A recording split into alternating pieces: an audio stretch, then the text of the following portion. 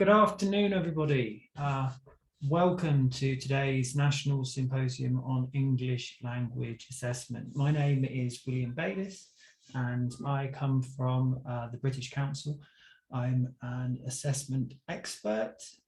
My experience has been focused on IELTS, APTIS, which is a British Council examination, and currently most of my professional focus is on artificial intelligence and the use of artificial intelligence in testing. Can we move on to the next slide, please, Flo?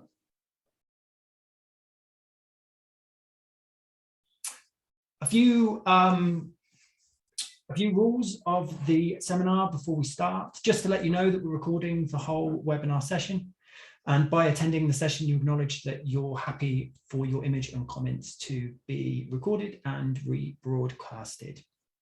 If you would like to ask me a question, and of course I welcome your questions, please type your question into the chat box and mention your name, your organisation, your city. At the end, the moderator will summarise and deliver these questions to me in the question and answer session.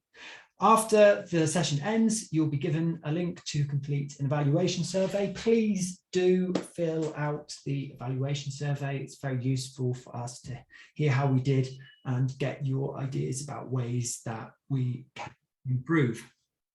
Once you have filled out the evaluation survey, you will be provided with a link and then you can download your e-certificate and materials. So yeah, after you have submitted the feedback.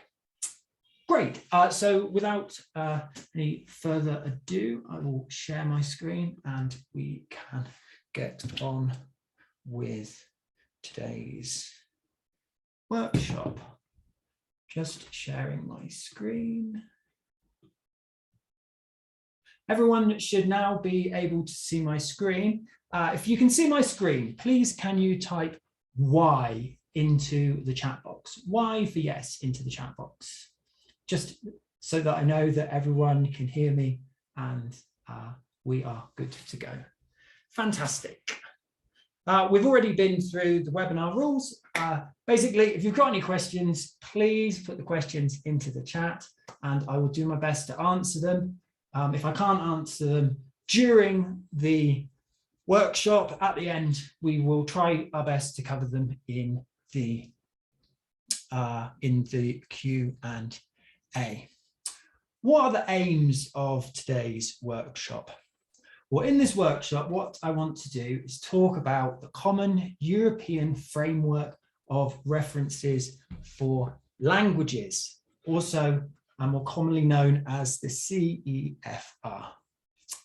I want to explore how listening, today we're talking about receptive skills. I want to explore how listening is covered in the CEFR. I want to talk about how the CEFR and listening assessment can work together. And most importantly, I want to talk about how the CEFR can be useful for you as a teacher in your day-to-day work.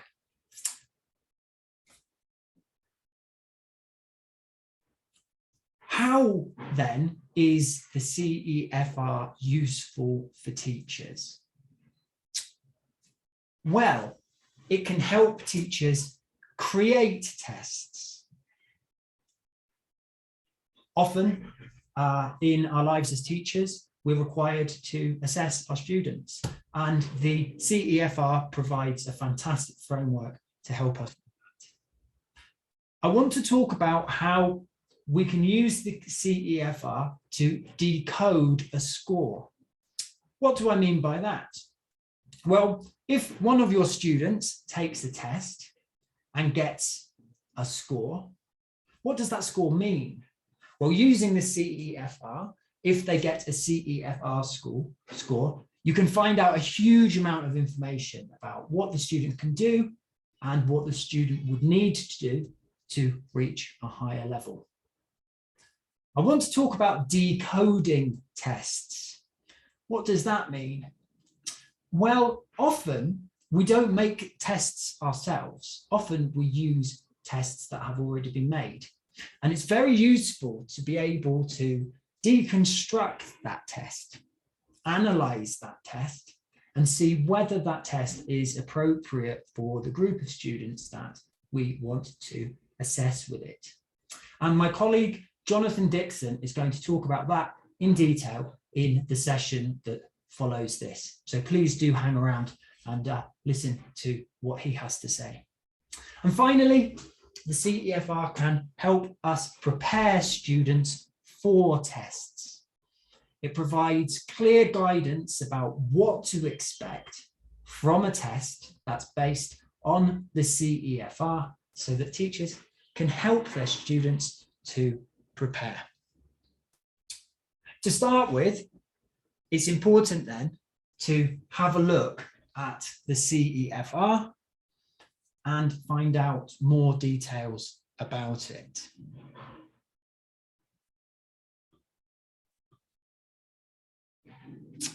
The CEFR is a document that was first published by the Council of Europe in 2001, but it dates back to 1991. It includes 40 years of research, and the full document is over 9 chapters and 270 pages. So that gives you some idea about how much detail and information is in that document. Don't worry, I'm not going to expect you to read the whole document today. What I'm going to do is explain to you essentially what's in it, and then you as a teacher can look in this document and use it as a reference to help you with your lessons, help you with any examinations that you might need to deliver.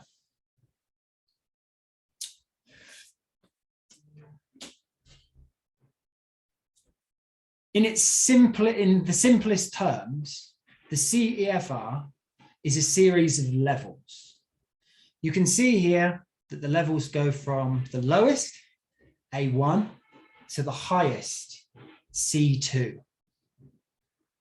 And then you have all of the levels in between. I'd just like to ask you, the audience, please type into the chat box, yes, if you have seen this before. Have you had any experience of working with the CEFR? Have you heard these levels before? C2, C1, B1, A2 and things. Fantastic. I'm seeing lots of yeses. Can you tell me, where have you seen this? Have you seen it in exams? Have you seen it in textbooks? Where have you seen this before?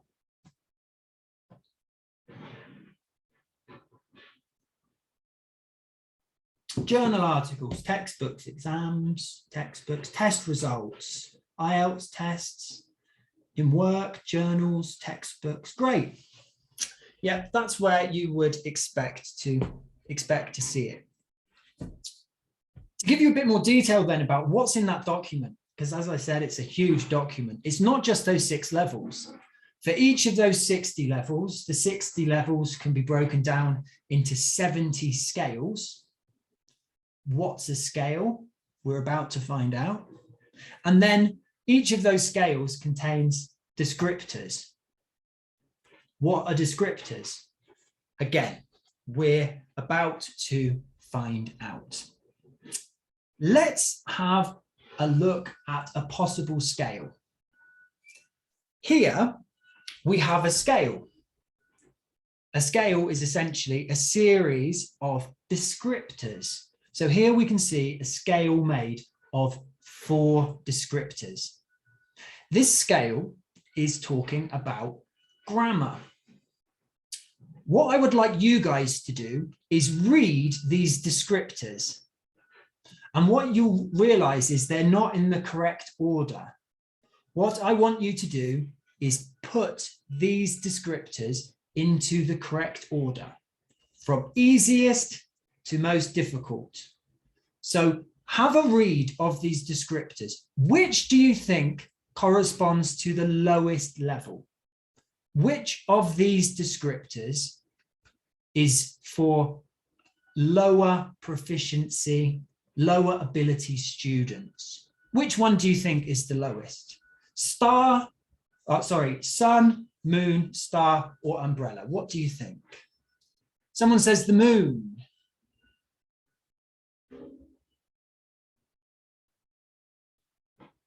Someone says umbrella. I'm seeing lots of moons. I'm seeing a couple of suns. The moon seems to be most popular, followed by umbrella. Okay, and I'll give you the answer. Moon is the lowest. Which is the highest? Which do you think is the highest?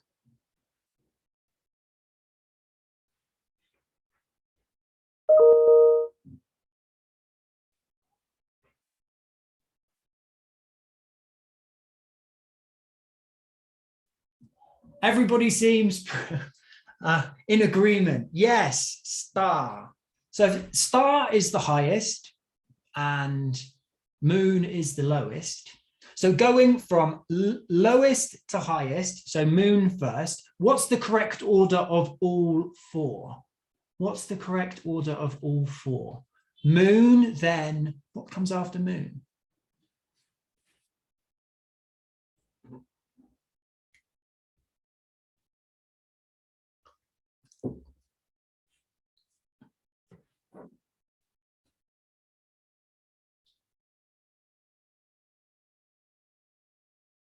Moon, umbrella, sun, star. Moon, umbrella, sun, star. Yeah, I'm seeing a lot of these. Fantastic. Yeah. The correct order is moon, umbrella, sun, star. This is what it looks like. Here we have an example of a scale. A scale is a series of ordered descriptors in order of difficulty. And when you see these, usually the easiest is at the bottom, the lowest level is at the bottom, and the most difficult, the highest level is at the top. What is the CEFR? The CEFR is a huge document filled with these scales describing the language that people of different language abilities can use. The CEFR is all about language use. That is its key focus. Today, we're talking about listening. We're talking about a receptive skill. Let's have a look then at what the CEFR says about receptive skills. With the CEFR, as we saw earlier, it's a pyramid. It's a pyramid. So it starts with more general information at the top. And as we move down to the bottom, everything gets more detailed. What you can see here is the global scale. So that's the overall scale for the CEFR. This covers speaking, listening, reading, and writing. Listening is a receptive skill. So let's see what the global scale has to say about receptive skills. Here, going from left to right, B1, B2, and then C1. So from left to right, the level is getting higher, the level of ability is getting higher. Let's dig down into these descriptors and see what they say. As you can see, moving from left to right, can understand the main points. Then for B2, can understand the main ideas. And then for C1, the second highest level, just generally can understand. There shouldn't be much that this person can't understand. What types of text? And remember, a text is any chunk of language that can be spoken, it can be written. Basically, language in any form, a chunk of it is a text. So for B1, what can they understand? They can understand clear standard input. I would say that the way that I'm speaking English now would be classed as clear standard input. For B2, what can the user understand the main ideas of? They can understand the ideas of complex text. So we can see we're moving from standard input to complex text. What are we looking at after that? Well, for C1, a wide range of demanding longer texts. We can see the progression. We can see this is getting more difficult. The proficiency level is getting higher. Well, why is this useful for teachers? We have to keep asking ourselves this question. Well, we talked earlier about using the CEFR to create a test. Well, let's say that the students in your class have been studying a course which is focused on B1. Looking at this scale, we can see that a student who is at B1 should be able to understand the main points of clear standard input. So to assess them, to test them, to see whether or not they can, you would create a test which contains key points in clear standard input. And then the results of the test would demonstrate whether or not that student has achieved the level that you wanted them to achieve in that course of study. We also talked earlier about decoding a score. Let's say your student got B2, got a B2 score in a test. Well, you can assume, judging by this scale, that they can understand the main ideas of a complex text. Why is that useful? Well, they may want to improve on their score of B2. So we can look up the scale to C1. And we know that if that student wants to get a C1, they have to start looking or have to start listening to a wider range of demanding longer texts. The other point I made was about decoding a test. Well, if the students in my class are B1 or they've been studying a course for B1, if someone gives me a test and says to me, okay, you can use this test for your class, well, I can decode that and see whether or not the test is appropriate for my class who are around about the B1 level. And then finally, preparing for a test. Why is this useful for preparing for a test? I've given you a lot of ideas there, so you tell me, why do you think a scale like this would be useful for preparing a student for a listening test? How could we use this information to prepare students for a listening test? What do you think?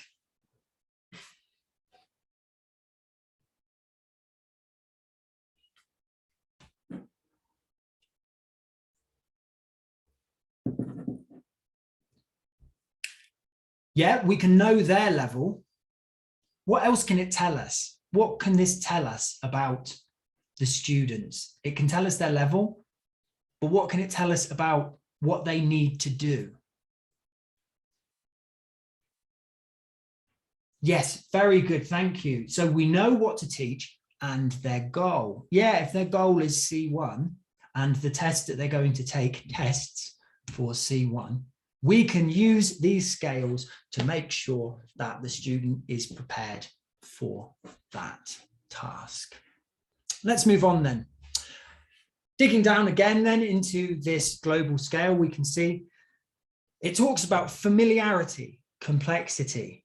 When we're looking at the B1 level, we're looking at familiar matters, things that are familiar to the language user, things that they encounter in their everyday lives, in work, in school, in leisure. Whereas in C1, if we go to the other end, recognize implicit meaning. This means that when they're listening to what someone's saying, they're not just listening to the words that the person's using, they're also listening to the subtleties. How did that person say it? Did they say it in a nice way? Did they say it in an ironic way? Did they say it in a sarcastic way? If they did use those more complex pronunciation features, then maybe they mean something else. And that's what we're talking about with implicit meaning. You can see it's much more complex, and that's how these scales work. An incremental increase in difficulty, an incremental increase in complexity. And we can use that for all of the reasons that we have just discussed.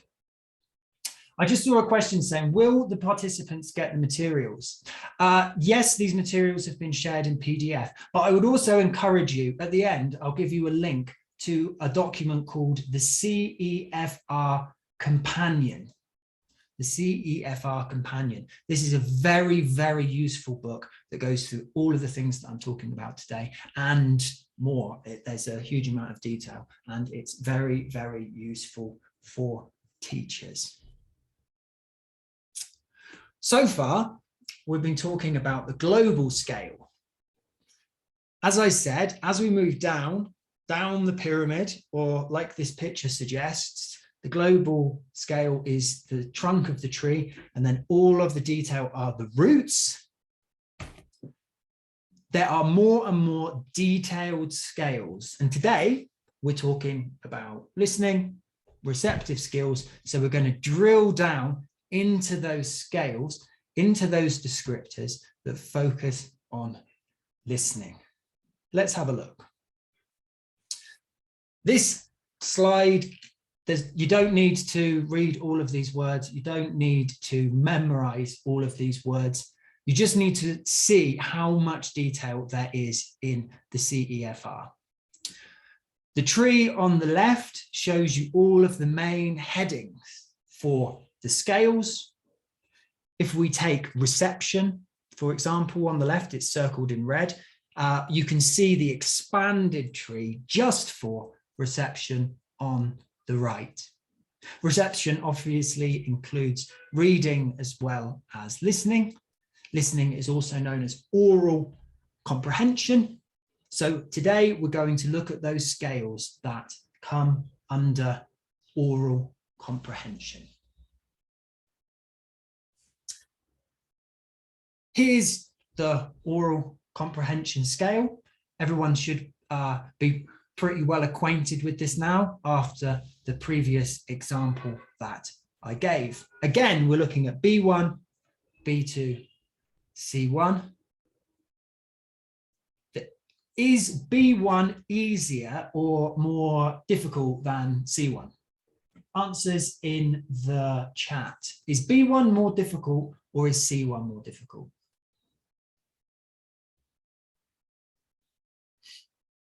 Yeah, great, absolutely. B1 is easier. So as I said before, it's an incremental increase in difficulty from left to right. Let's have a look then. Now we're talking specifically about listening, not about comprehension in general. Again, can understand the main points, can understand the main ideas, can understand. What can they understand? B1, clear standard speech. B2, I struggle to say this, propositionally and linguistically complex speech. And C1, extended speech. We can see that progression. We can see how the language ability is becoming more complex. What can they understand? Again, familiar matters encountered in work. B2, both concrete and abstract topics. Concrete topics are specifics. If I ask you to listen to a radio show, concrete ideas would be, what are specific words that were used in that radio show? What was the radio show about? If it was about music, you could say music. It was about bands. Abstract topics would be the more subtle elements of that radio show. What kinds of things did the bands like? What kinds of things didn't they like? Are the band popular? Are the band unpopular? These aren't concrete topics. These are more abstract comparisons, possibilities about the future, ideas and concerns about the present, thoughts about the past, things like that, much more abstract. And then with C1, abstract and complex topics beyond his own field. Now I'd like to ask you guys a question. Let's say I'm creating a test and I want that test to target, to focus on B2. If it's focused on B2, what will it be testing? What will the students have to be able to understand? What would the students have to be able to understand to pass this test if it's targeting B2? Ideas into the chat box, please. What should the test be targeting? What should the students be able to understand?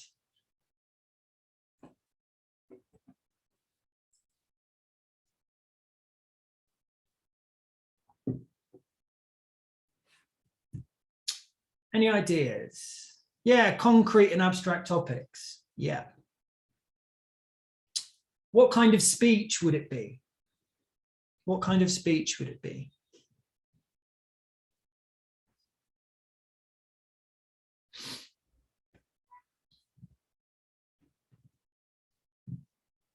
Yes, I understand it's a listening test, but obviously if it's a listening test, you're listening to speech, aren't you? So what kind of speech would it be? What kind of speech would it be? Yeah, interviews, technical discussions. Yeah, absolutely. So I know I keep saying this again and again, but it's important to labor the point. This is why the CEFR is so useful, because we're only showing a snapshot here. You have for A1, A2, B1, B2, C1, C2. So you have the whole range from a person who can barely say 2 words to someone who is speaking like I'm speaking now. So for any student you have, whatever level the student's at, there's always a higher level, and there's a huge amount of information that you can get from the CEFR about their target level, about the level they're at, about the level that they're coming from. We can use this to create tests, to create materials, to make textbooks, to help us put lessons together. I can't say enough how useful the CEFR is, especially for teachers who are put on the spot. Tomorrow, you need to make a class for students who are B2. What do you teach them in terms of listening? You teach them about understanding main ideas of linguistically complex speech on concrete and abstract topics. And then finally, accent. Accent starts coming in at the higher end of the scales. B2, delivered in a standard dialect. C1, accent is unfamiliar. So maybe the person is speaking good English in terms of their grammar, in terms of their vocabulary, but maybe their pronunciation uses quite a strong accent, especially if they come from the UK. We have lots and lots of strong accents. It's important for higher level students to get experience of listening to these more difficult accents. So far, I've just been talking about the CEFR. Now let's talk about the CEFR in terms of assessment. I've just seen an interesting question for accent. Have many accent its impact for listening? I think what you're asking there is, does accent have an impact on listening? Anyone who's been to the UK knows that everyone in the UK doesn't speak like me. Even the place where I come from, people speak in a very different way to the way that I'm speaking. And yeah, it is more difficult for people to understand those dialects, those accents.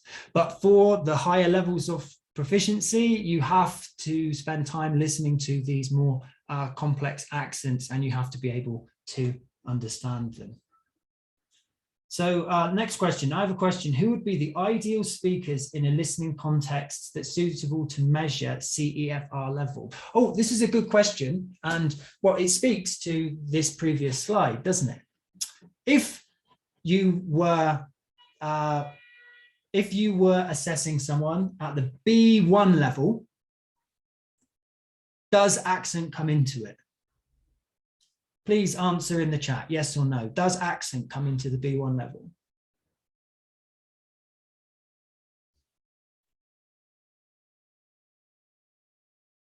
Lots of no's. Well, no, in the sense that standard speech, clear standard speech. So it wouldn't be possible for the test creator to use more tricky accents. But C1, yes, accent is unfamiliar. So that kind of answers your question, doesn't it? It depends. Who are you targeting? Are you targeting B1? Are you targeting C1? And that would give you the answer to your question. Why do we need frameworks? Why are frameworks important? Why are structures like the CEFR important in the context of assessment? Well, imagine that there's a speaking test and you have examiner A and you have examiner B.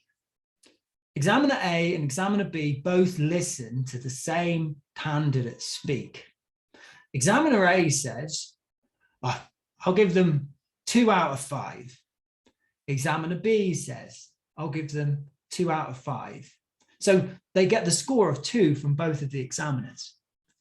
Do those 2s mean the same thing? Well, if the examiners aren't basing their judgment on anything except for how they feel about the candidate, then possibly no. Possibly they've got a very different idea in their head of what those 2s mean.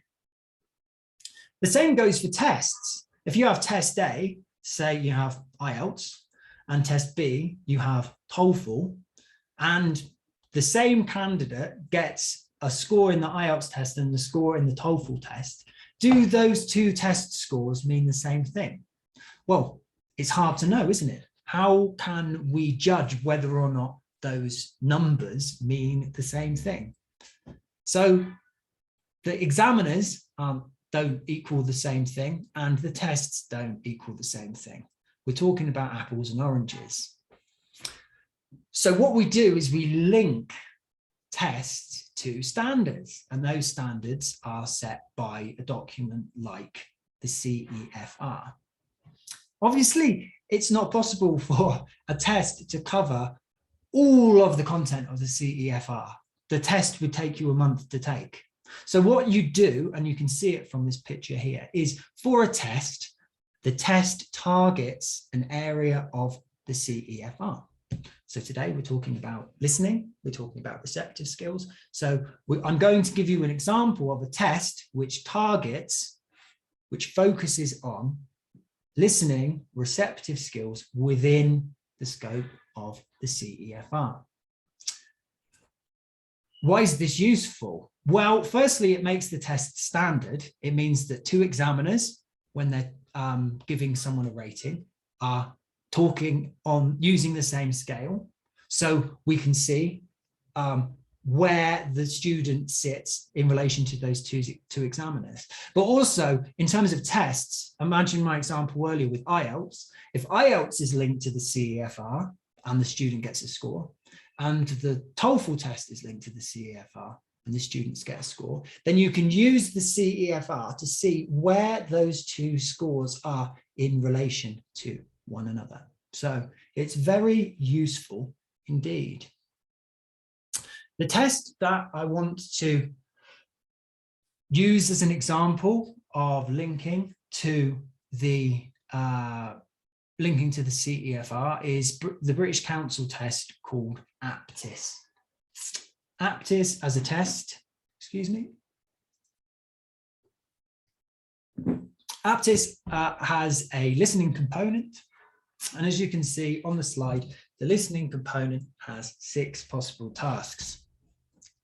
Let's have a look at those tasks. Don't try and read this whole slide. I'm going to break it down into parts in a second.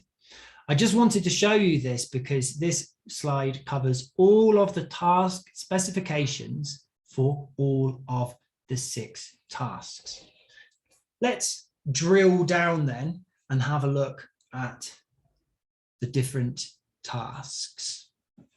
First, let's look at the skill focus. What the creators of APTIS have done is thought to themselves, what levels do we want to target? So they target A1, A2, B1, and B2. And what they do is they decide what language do we need to focus on so that we can find out whether or not the students are at each of those levels. So there's one question that targets A1. So what this focuses on is lexical recognition. What that means is, can the student recognize individual words? Very simple test. The problem with that test is if you have a B2 candidate, so you have someone whose language is really good, obviously they can understand individual words. So at the other end of the spectrum, what do the test creators do? Well, they create questions that focus on B2, that target B2. What does this focus on? This focuses on discourse construction. This means the text, the recording that the test taker has to listen to is very complex. Maybe there's more than one person speaking. Maybe they're talking about complex topics. Maybe they're talking in an authentic way. So maybe it's a real conversation between 2 people. They're speaking quickly. Maybe there's turn taking. The 2 people switch who's speaking very quickly. As you would imagine, this question would not be good at, would be very difficult for someone at the A1 level, but this task is not targeting someone at the A1 level, it's targeting someone at the B2 level. So we can see you have lots of different tasks, and those tasks allow us to tease out, to find out who is at what level. What then do the tasks look like? Well, as I said, A1, you're listening to a short monologue, one person speaking for a short time about one thing. A2, short monologues and conversations. Now we introduce 2 speakers. This will be more difficult for the A1 candidates, but it will be about right for the A2 candidates. B1, short monologues and conversations, short descriptions. We can see the added complexity of the type of listening text. And then B2, a dialogue between 2 speakers, and then the candidate listening to a monologue. So this would be a longer monologue, something like a TED talk. An expert speaker speaking at full speed for a long time about complex subjects. And then finally, what is it that the test takers have to actually do in these tasks? A1, choose an option. So you're given options, and then one of those options speaks to the answer. A2, identify short specific pieces of information. B1, identify factual information.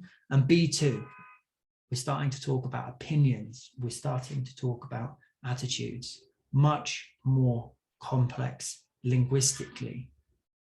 Going back to my original question then, why is this important for teachers? Well, as we can see here, this is how experts have used the CEFR to create a test so that we can distinguish between students of different proficiency levels. The better the test is, the more accurate the score. If you have an accurate score, once the student knows what their score is, as I've said before, we can use the CEFR to work in the opposite direction, to decode the score. This student got a B2 for listening. This is what they can do. There's a list in the CEFR that tells you all of the different things that that person can do. Where do they want to be? They want to be in C1. So we can look at C1 and we can see all of the things that they need to do if they want to attain that level. Understanding this aptness test, and I will give you a link at the end to the handbook that goes with it, allows us as teachers to decode it. We know what the test is asking of the students. So if I have a student who is B1 or should be B1 at the end of a course of study, I know and I am confident that if they take this test will tell me whether or not the student has reached the level that was expected. And finally, because this test is linked to the CEFR, it's very easy to put materials together and help students to prepare for the test that they're going to take.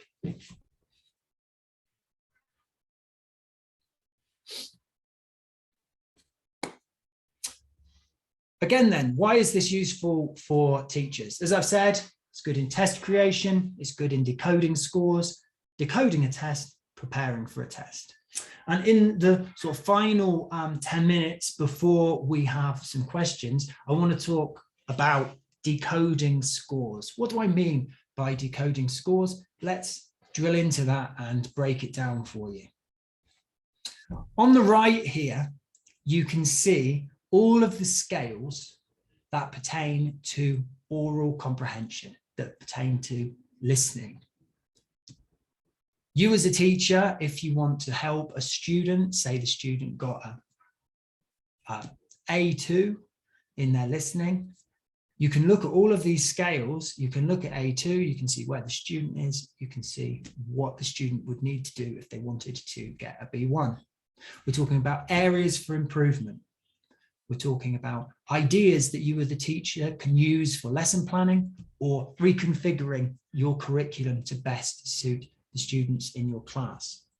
It helps and gives guidance for selecting materials. Earlier on, when I asked the question, lots of people said that they'd seen the CEFR in textbooks.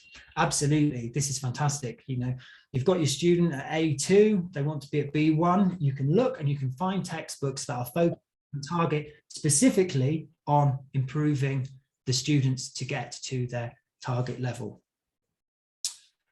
You can structure assessment for learning. I don't have time to go deeply into assessment for learning today, but assessment for learning is essentially using some kind of assessment to find out information about your students. When you have that information about their level, then you can guide them towards the best learning materials or the best tasks so that they can improve. The CEFR is incredibly useful for that and also includes self-assessment materials. So the student can self-assess, can I do this, can I do this, can I do this? If they can't do those things and they need to be able to do those things, it highlights the gap and they can set goals to improve on those specific things. It looks like this. It's a process. Ask yourself, where is my student? Where is the student? And a test result will tell you this. If you are confident as someone said in the chat earlier, that the test is standardized and reliable, and you're confident in that number, that's a really strong starting point. Next question, where do they need to be? Where do they want to go? Where do they have to go? Do they want to study abroad? Do they want to get a job? Do they need a test score so that they can achieve some kind of life aim? If the answer is yes, what do they need to achieve? So we've got the student, where are they? A2, where do they need to be? B1, what do they need to focus on? Well, as I showed you, you've got all of these scales. You can look at all of the different elements of what we're talking about today, listening, and decide these are the gaps, these are the holes, these are the things that that student needs to work on. From that, they can set goals. These are the target areas. These are the things that I need to work on to achieve my goal. Then you can choose materials. The CEFR tells you, okay, they're at A1, they need to be at B2. Sorry, they're at A2, they need to be at B1. Here are lots of B1 materials. Which of those B1 materials are will be most effective? Well, look at the scales, make a choice. These are the things that we want to focus on. You as the teacher then can focus your lessons, can focus your classes on filling those gaps, on helping the students to achieve their goals. Then retest, give them the test again. And when they get their test result, we would hope that the test result was improved, and then you repeat the process. And this goes round and round and round. And what we would hope is it goes round and round, but goes up in a spiral towards the goal, whatever that goal might be. We're just knocking on 50 minutes, so we're reaching the end of the workshop today. Thank you very much for your participation in this. Here's a quick summary of what we've talked about. We've overviewed the CEFR. Everyone should be pretty clear on what the CEFR is. We've unpacked the CEFR and we've talked about how listening is managed within the scales of the CEFR. We've talked about assessment. We've talked about how frameworks like the CEFR can be used to help standardize and make tests reliable. And then finally, we've talked about and explored the implications for teachers. As I said earlier, a very useful document is the CEFR Companion 2020. Please take a photograph of this with your phone, take a screenshot or something, follow that link and download this document. I wish when I first started teaching that someone had given me this document, because I worked in a school that, although it had textbooks, often the textbooks weren't really appropriate for the level of the students, and I had to basically plan lessons from scratch. If you have this companion with all of the scales, it's like the silver bullet for teachers to help them create materials from scratch that really focus and really help the students that are in the class. There's also the full Aptis technical manual. If anyone's interested in finding out about a test and about how a test works and how it's structured in relation to the CEFR, then please, have a look at the Aptis technical manual. And then if people are just interested in language assessment generally, there's a fantastic massive online course, a MOOC, that's run by the British Council, and you can see the link to that at the bottom. It's now 15:51. We've got, I think, about 9 minutes left for questions. So are there any questions? Does anyone have any questions that they'd like answered? Or are there any questions from the chat that I didn't cover?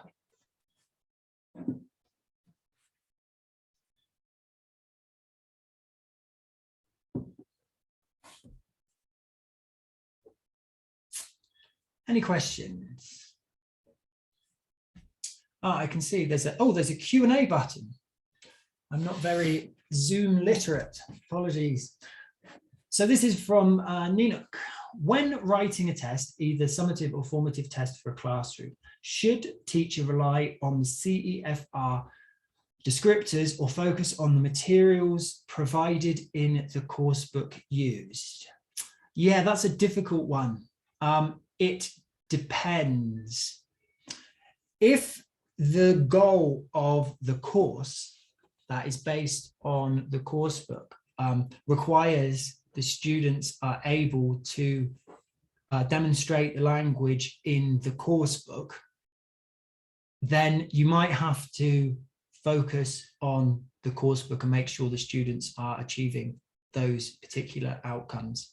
Because you could switch to the CEFR, but if the two aren't linked, what you might find is that the student, well, maybe the student is learning English that's helping them in their kind of long-term English learning arc, but they may struggle in assessments that are based on and focus on the course book, which may fit into an organization's curricula. So yeah, there are no definite answers in this. I would say use the CEFR as a guide, but if your organization has very clear expectations about course books and syllabuses, then you're gonna have to stick with it. This is from next one. Mifta Hula Salam. Sorry, my Arabic pronunciation is terrible, so I do apologize if I'm mispronouncing some names. What should I do if I want to apply CEFR in my school? What I would suggest is that you get a copy of the document that I just shared with you. If there's a video, and there is a video of what I have just described, get that document, get people to watch this video, and then have a discussion with the whoever it is that's in charge of your organization, and just start a discussion about it. Talk to people about how the CEFR can make the lives of teachers easier, because it will make the lives of teachers easier because it is so helpful in all of the ways that I have described. Numala. One question, please. How long do you observe for a student to move from B1 to B2 in listening skills particularly? I am aware of other factors contributing to the progress. Thank you. Yeah, this is a good question. When people think about the levels, it's very easy to think about the levels as being linear like this. So if you were looking at a graph of difficulty and graph of level, it would go like this. The thing is that the difference between A1 and B2, sorry, A1 and B, start again. The difference between A1 and A2 is not the same as the difference between A2 and B1. Actually, it's an exponential like this. So if someone wanted to move, I would say it takes as long for someone to go from 0 to B1 as it takes for someone to get from maybe, to go from A1 to B2 takes about the same amount of time as for someone to go from B2 to C. From B2 to C is a big step up. It's not the same jump as the lower levels, because the amount of language that you have to be able to understand is vast. For example, I'm an expert speaker of English. I'm university educated. There are many parts of the English language that I know nothing about because I've never focused my learning on those elements of the English language. So as you get to the top, it's kind of like this. And then, yeah, at the top level, you never get to the top. It just gets more and more complex. Next, Ninuk. What about the length of recording for one task picked for a classroom test? Assuming the teachers are the test writers, are there any rules in terms of audio length? Well, if I can just quickly zip back to my example. I'm aware we've only got a couple of minutes left. Where is it? Yeah, here we are. So if we're looking at B1, oh no, actually this isn't a very good place to give an example. Let's look at the test. Yeah, here you are.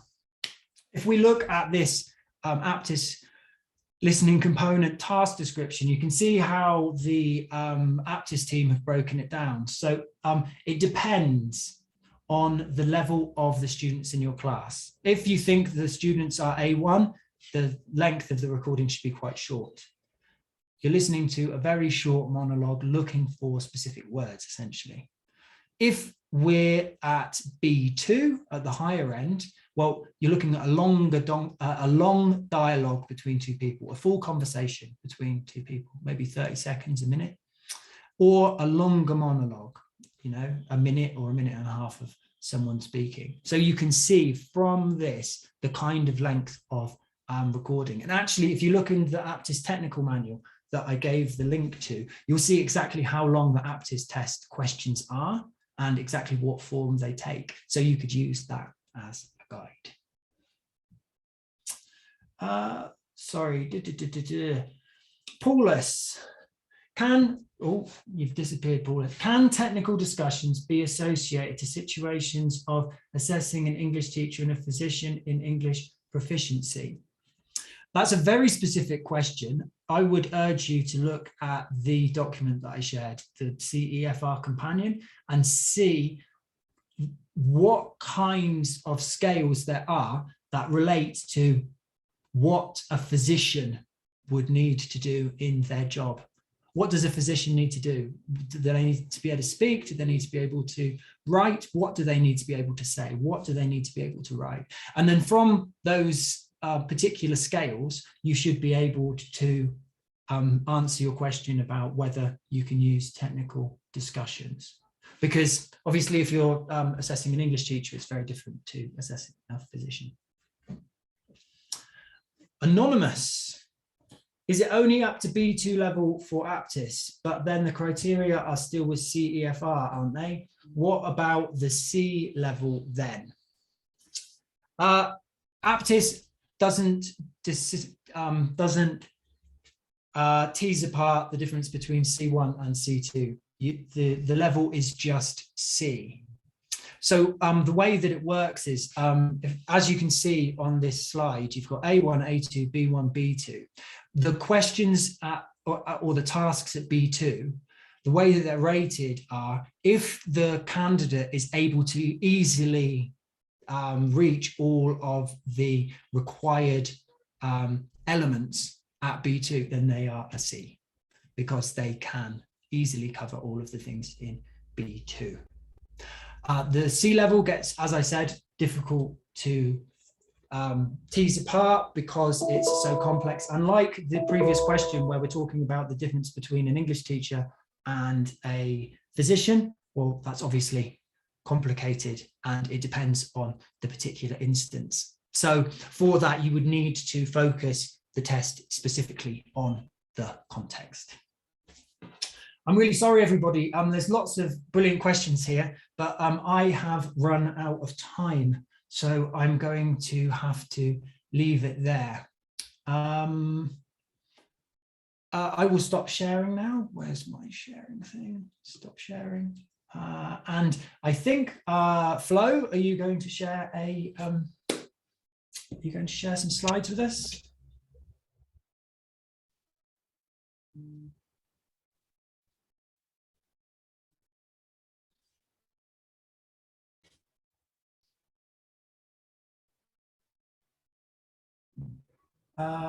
Could you make your app perfect? Right, yeah, so I just want to say again, thank you very much, everyone, for joining the webinar today. I hope that it was useful. I tried to make the focus so that it's as useful as possible for teachers. There's no point in going too deeply academic. And I'll say it again, download that Aptis, download the CEFR companion. It's like the Bible for helping teachers. It's really, really fantastic. Please take a photograph of the screen that's in front of you or scan the QR code.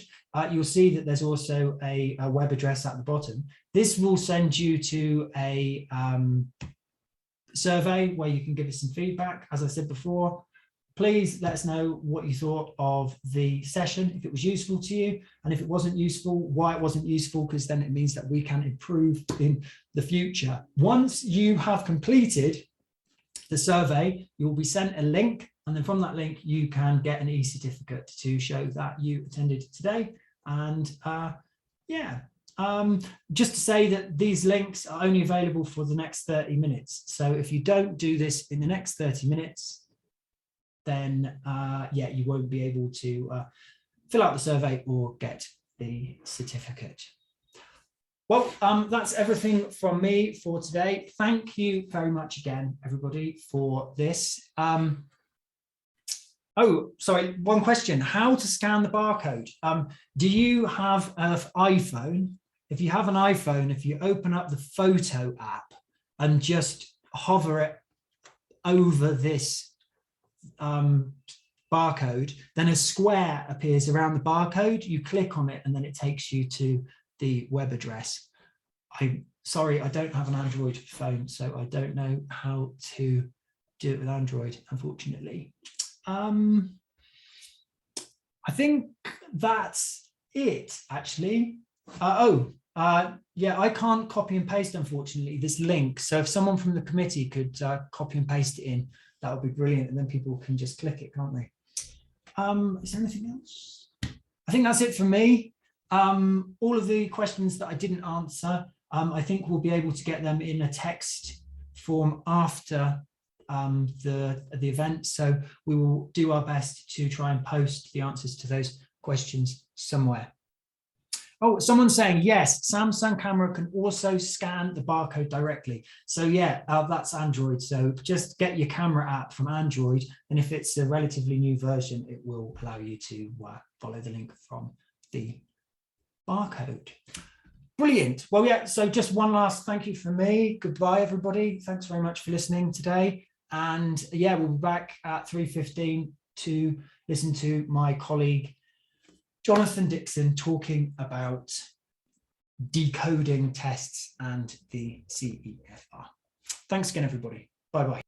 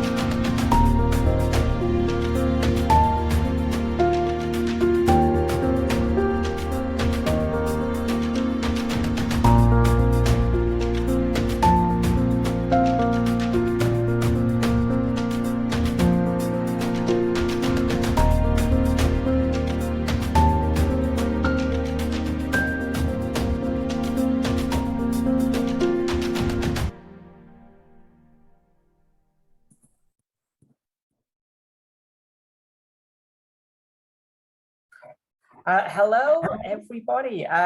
Thank you for joining this CEFR workshop brought to you as part of the 4th National Symposium on English Language Assessment, organised by the British Council in collaboration with TEFLN. I'd first like to do a quick test to see if you can hear me. So if you can hear me, could you please write down in the chat box, if you have access to the chat box, please write down what you ate for lunch today. What did you eat for lunch today?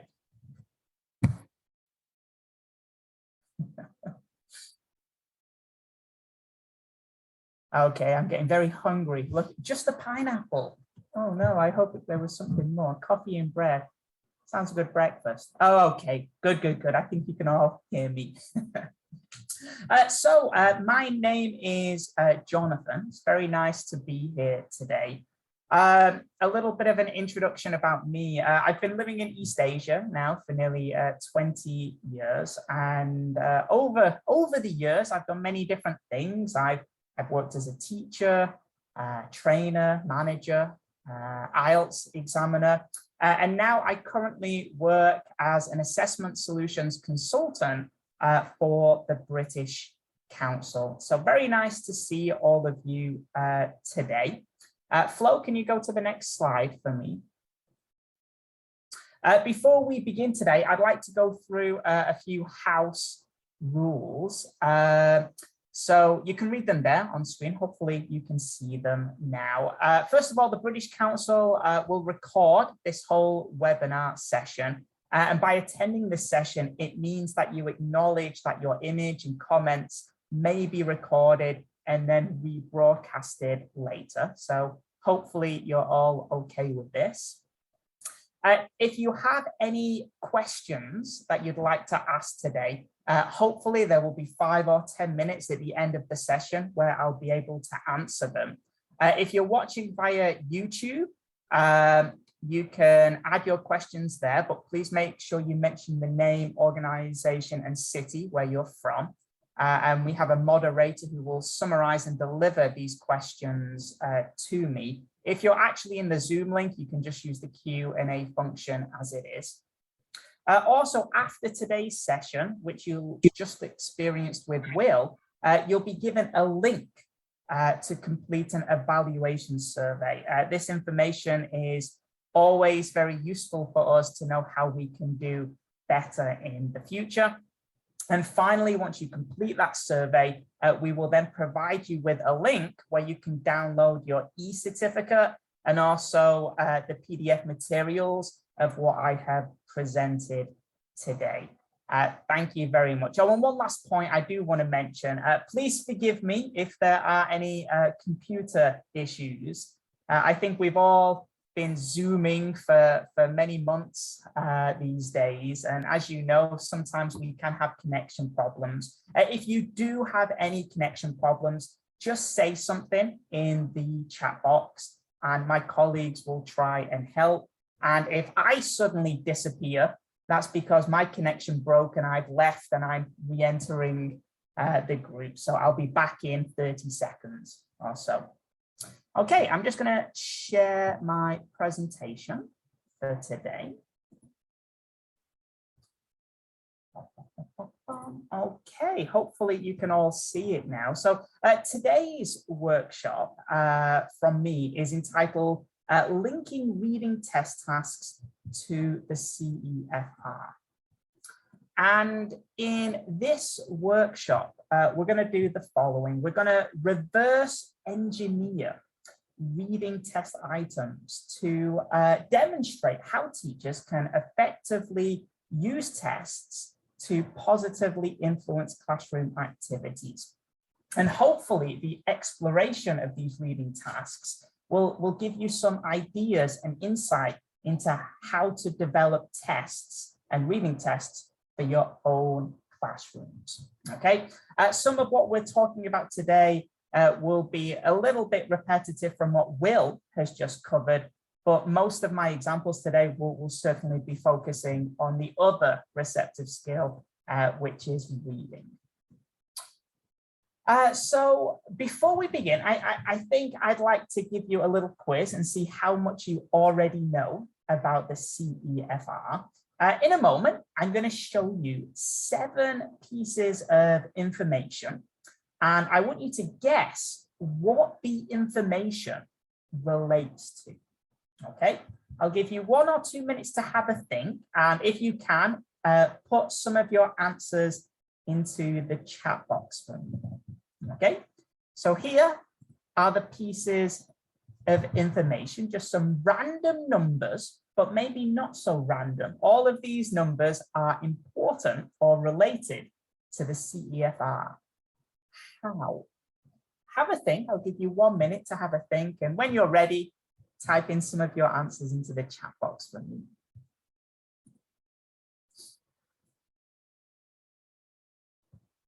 Hopefully you know all of these answers. Yep, some of you are definitely getting them correct. Keep typing. I'll give you some time to think about it. I'm always interested to see which numbers you do not get correct.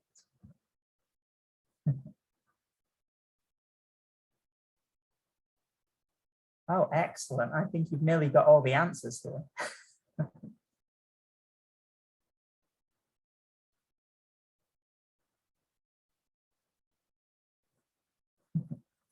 Oh, this is really good, actually. I'm very impressed.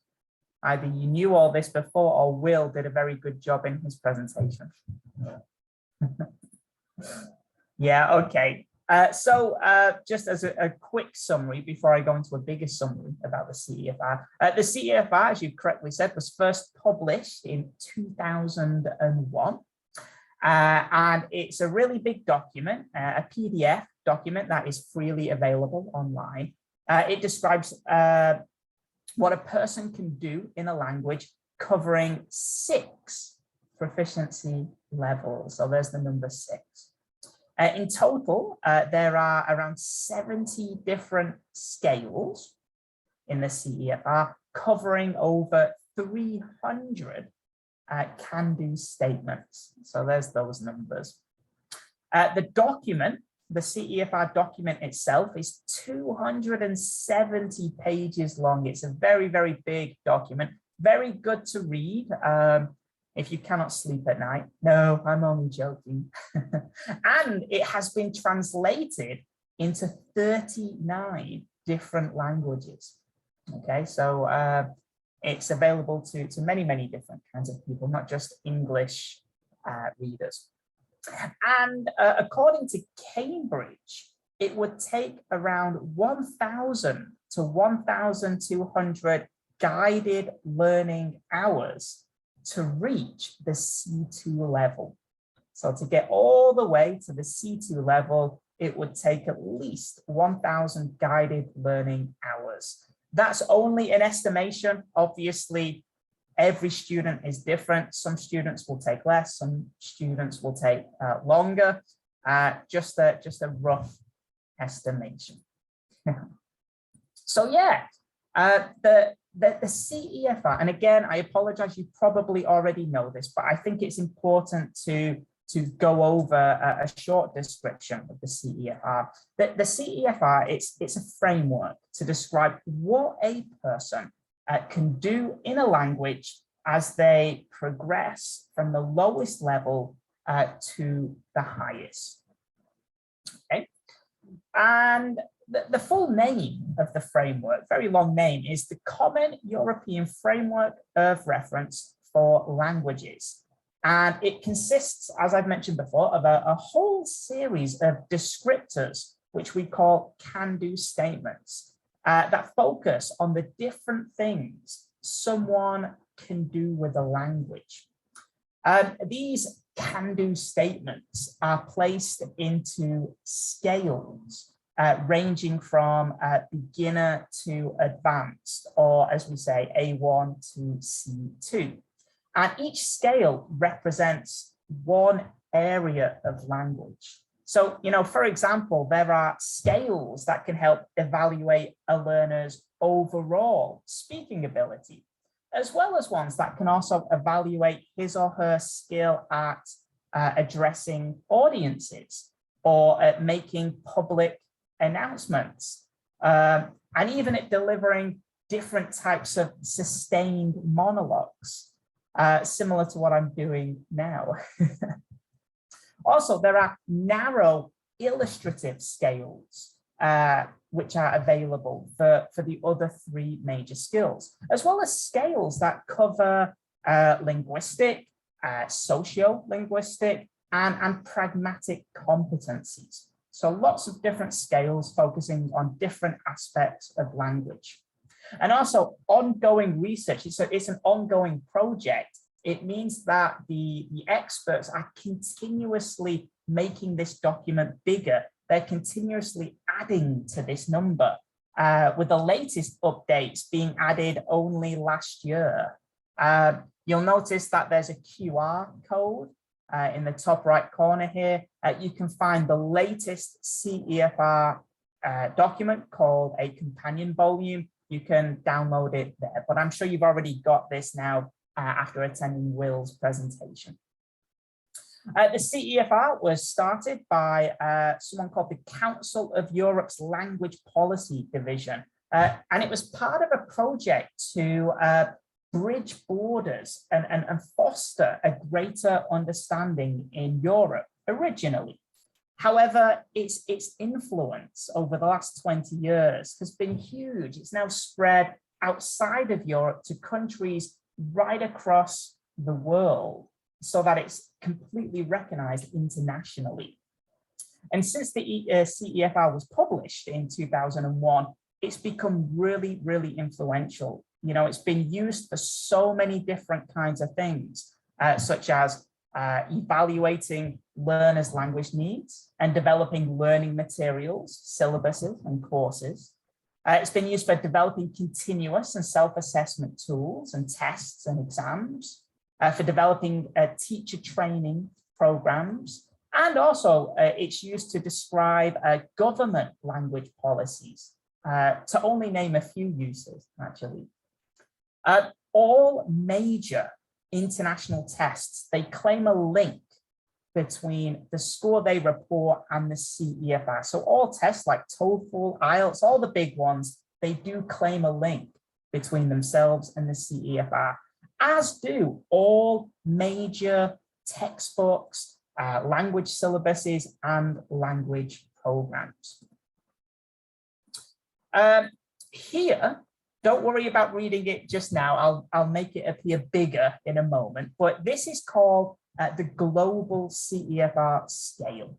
Okay, you can find this early on if you read the CEFR document, and it's the one scale which is perhaps the first one you should be reading. It's the most friendly scale for first-time users, and it allows us to quickly assess what a learner can do overall at each level. The descriptions, they're very general, not so specific. Different learners can be at the same level for different reasons. However, they do give us quite a good idea of how languages develop. So let's have a look at a couple of examples. First one, A1. Hopefully you can read it a little bit now. So this is just a very general description of what an A1 student should be. And you'll notice certain terms like familiar, or basic, or personal, or simple. These kind of descriptive words will appear in many of the scales when they're describing learners at the A1 level. Similarly, here's another example, B2 from the global scale. And you'll notice certain words change here. So you'll see words like complex or abstract, detailed, things like this here, or in this specific example, spontaneity, without strain. So these words you'll often see in other scales based at the B2 level. Both of these examples, they're rooted in communication in context, and all statements are based on what a learner can do, not what they can't. Let me give you some more examples. This time, I want you to tell me what level you think it belongs to. Answers in the chat box. So first one, have a quick read. What level do you think this belongs to? Very quickly, answers in the chat box for me.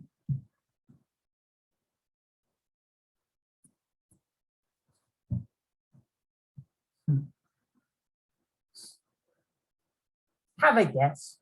Go with the feeling in your stomach.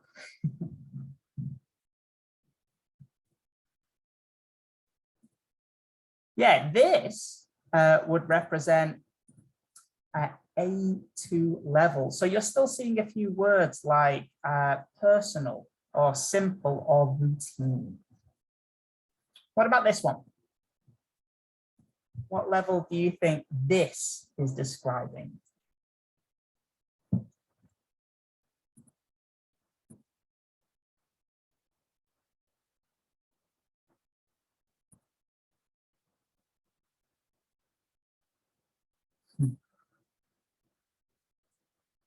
Yeah, some of you are getting it here. This would be the B1 level. Opening up a little bit more, you still might see words like familiar, but the type of topic that people should be able to talk about is expanding a little bit more there. Okay, last one. What about this one? What level do you think this is looking at?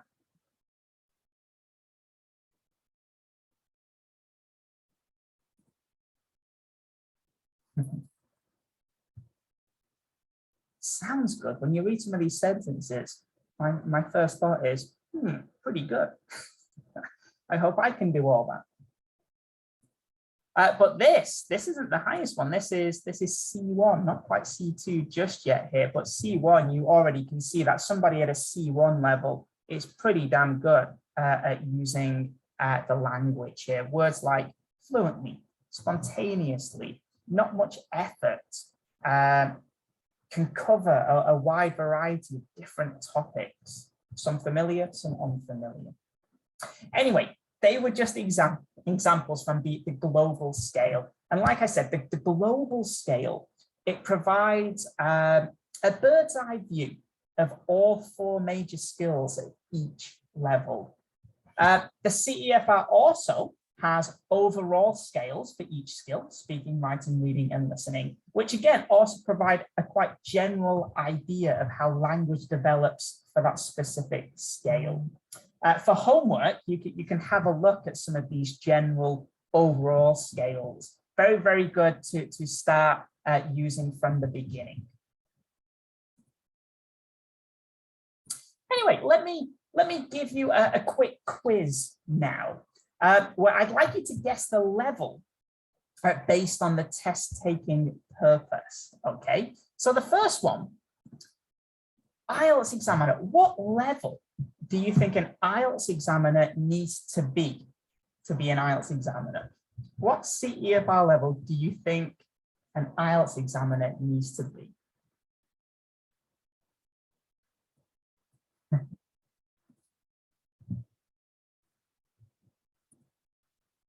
Yeah, and the IELTS examiner, according to the job description anyway, does need to show that they are, or prove that they are a C2 level user. What about the next one?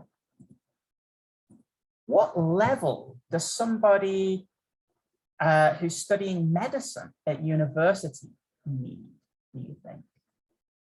So somebody wants to go and study medicine at a university in the UK, for example. What CEFR level do you think they probably need?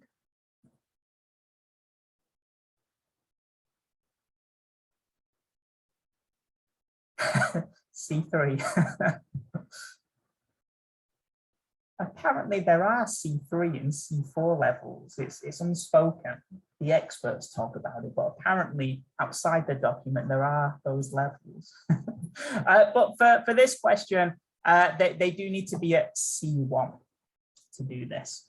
A couple more questions for you. What level does someone who's doing a university preparation course, a pre-sessional course, need? So somebody's going again to a university in the UK, for example, what level do they need to be able to get onto the pre-sessional course, a university prep course?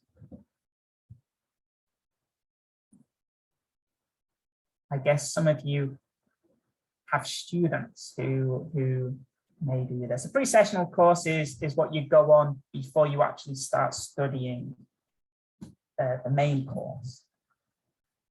And for most universities, actually, students need to be at the B1 level, not as high as what some of you are saying there. Okay, last one. What level does someone who's getting a spousal visa for the UK need? So maybe you're about to marry an English man or woman. What level does someone who's going to get a spousal visa need for the UK?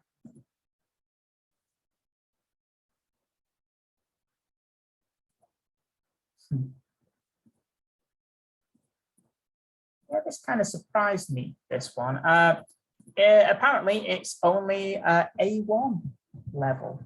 I guess they expect the husband or wife to do most of the everyday work there, but yeah, quite low. But anyway, quite interesting. Yeah, a little test for the CEFR for you guys. So this leads to the question here. What's the connection between the CEFR, assessment, and tests? So as I've just basically said here, as all of you should know, that the CEFR is a document. It describes a learner's language ability as they progress from the lowest level to the highest. It is not an English test. I know some people can sometimes get confused with this. The CEFR is a framework. It's not a test. As for assessment, in the context of language teaching and learning, assessment refers to the act of collecting information and making judgments about a language learner's knowledge of a language and ability to use it. Okay, and it can be quite broad. That's a very simple definition for you. Whereas a test is a single procedure designed to elicit certain behavior from which one can make inferences about language ability of an individual. There are various ways to assess someone, for example, portfolios, checklists, observations, questionings. However, tests are probably the most common way of assessing someone, but not the only. So, you know, a test is a type of an assessment. An assessment is not a type of a test. Tests can be based on frameworks like the CEFR. And if they're not, they are often connected to the CEFR by a process known as linking. One thing to remember is that the CEFR contains a really large number of descriptors that attempt to describe performance in a particular skill. So the CEFR is really, really, really big. There's no way a test, a 3-hour, a 2-hour test, there's no way a test can possibly test all that is contained in the CEFR, in a framework.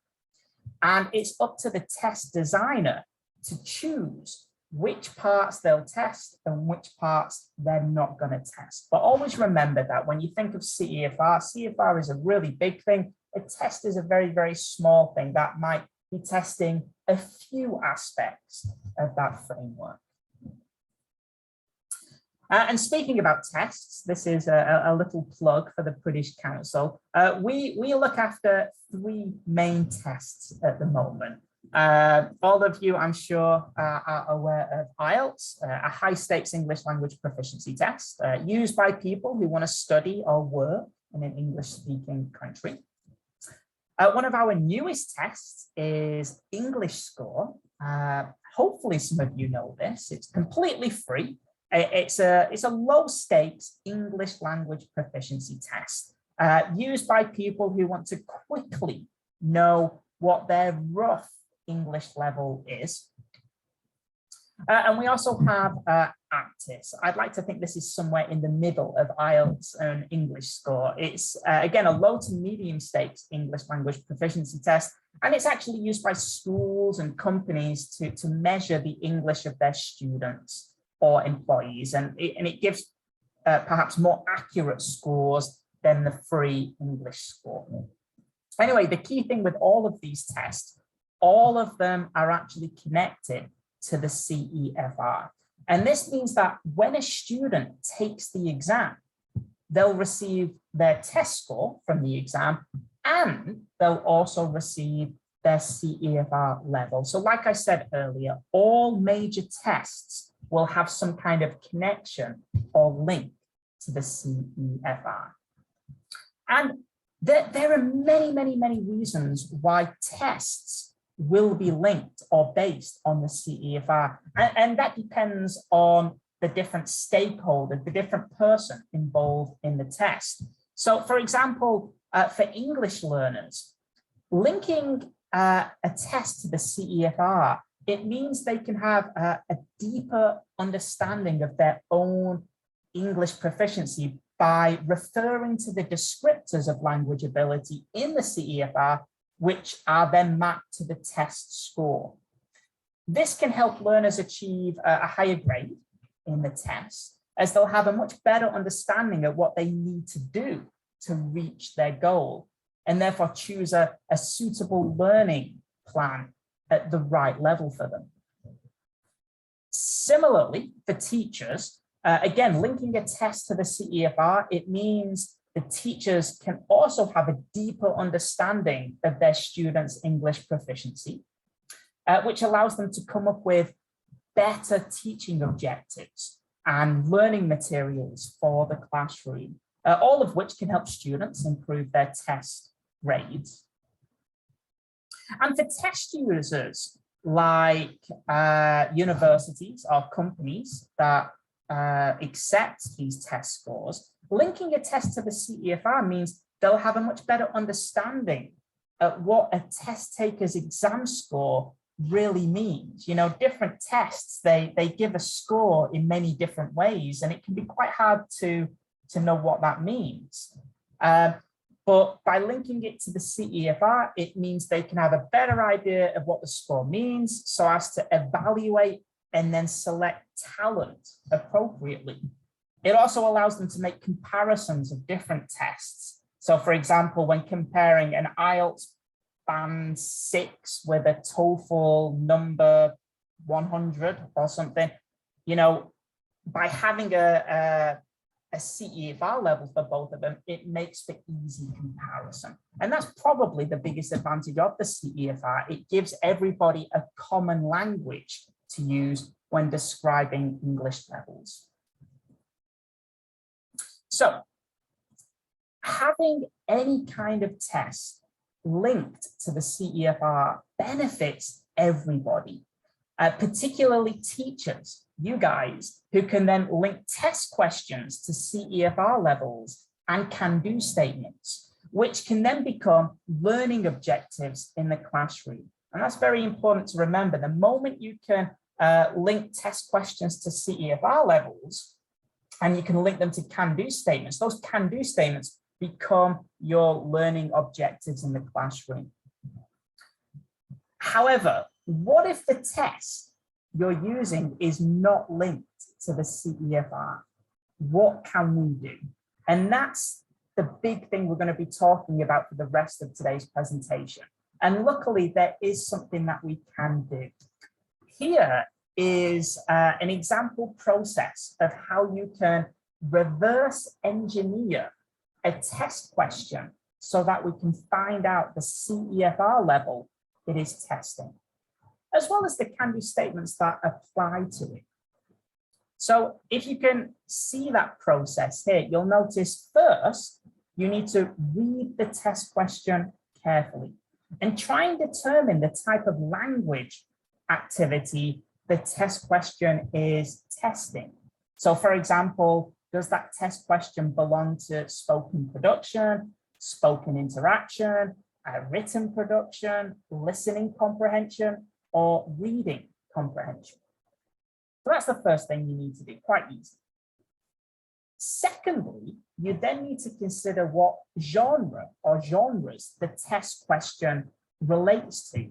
So for example, if the language activity is written production, what is the genre? Is the genre creative writing, or is it writing reports and essays, for example? Once you've figured that out, once language activity and the genre is agreed on, you then can look at the scales in the CEFR for those categories. And then you can find the can-do statements which are most relevant to the test question. So once you know the language activity, once you know the genre, that's when you open the CEFR document and you find the scales which match those categories. And once you find the scales, you then have a read of the can-do statements and find the ones that are most relevant to the test question.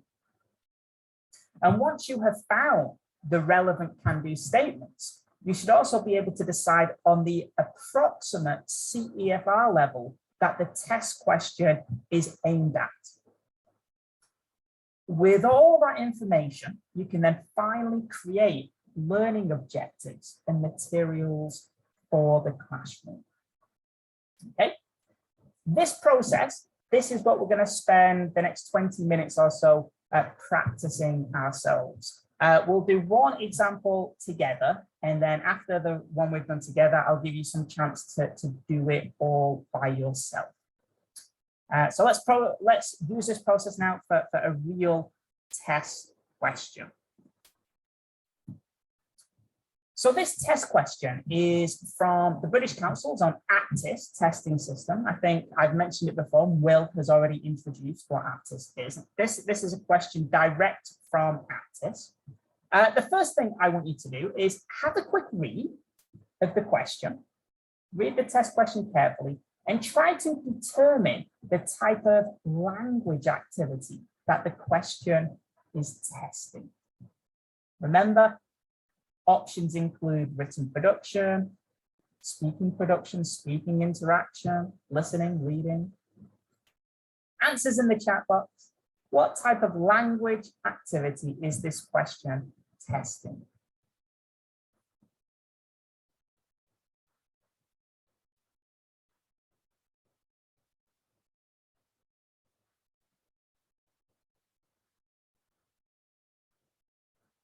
Oh no, too small. Does that mean you're watching me on a phone? I hope most of you are using a computer. It's much better to watch any webinar on a computer if possible. If you're using on your phone, maybe you could zoom.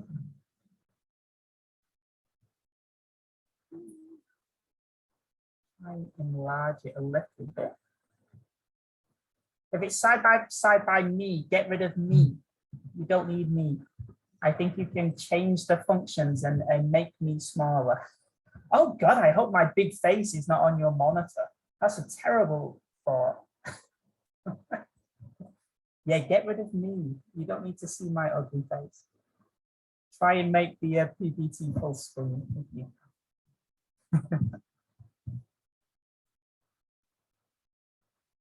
So yeah, I mean, don't worry if you can't read every word, but what kind of language activity is this test question aiming at? It's an obvious question because the title of this workshop should give you the clue. It is obviously a reading comprehension question. For those people who can't read it here, I'll quickly read the first part. It says, the sentences below are from a report. Put the sentences in the right order. The first sentence is done for you. So sentences from a report, the test taker needs to put them in the right order. And the second text is similar, but it says the sentences below are from some instructions.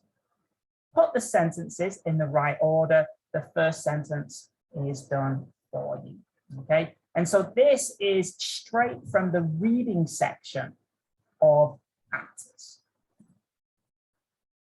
According to the CEFR, reading comprehension involves receiving and processing input, activating what are thought to be appropriate schemata in order to build up a representation of the meaning being expressed, and a hypothesis as to the communicative intention behind it. Okay, that's straight from the CEFR document, that definition. That's what the CEFR defines reading comprehension as. And again, according to the CEFR, there are 5 reading types, 5 genres related to reading comprehension, each with its own scale. Each of these genres has their own scale that contains can-do statements. If you look on the screen now, the genres are on the left and the definitions of these genres are on the right. A little activity for you to do, hopefully it's not too small to read, but could you please try and match the genre with the definition for me? Okay, I'll give you 1 or 2 minutes to think about this. When you're ready, you can type in your answers. Perhaps you can just write B, C, D, A, E, or A, B, D, C, E. Put the 5 letters in order according to the genres on the left for me. Have a think. I'll give you a bit of time to think while I rest my little voice. Try and match the genres with the definition.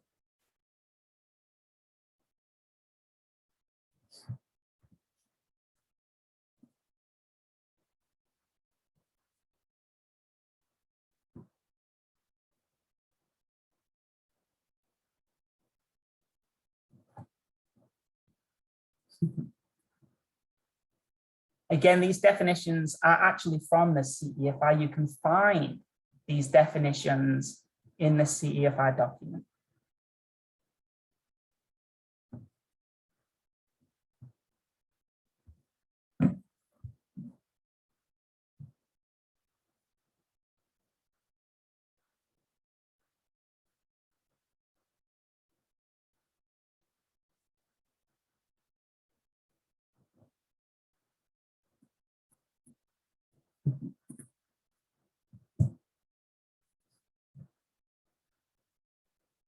A good mix and match activity.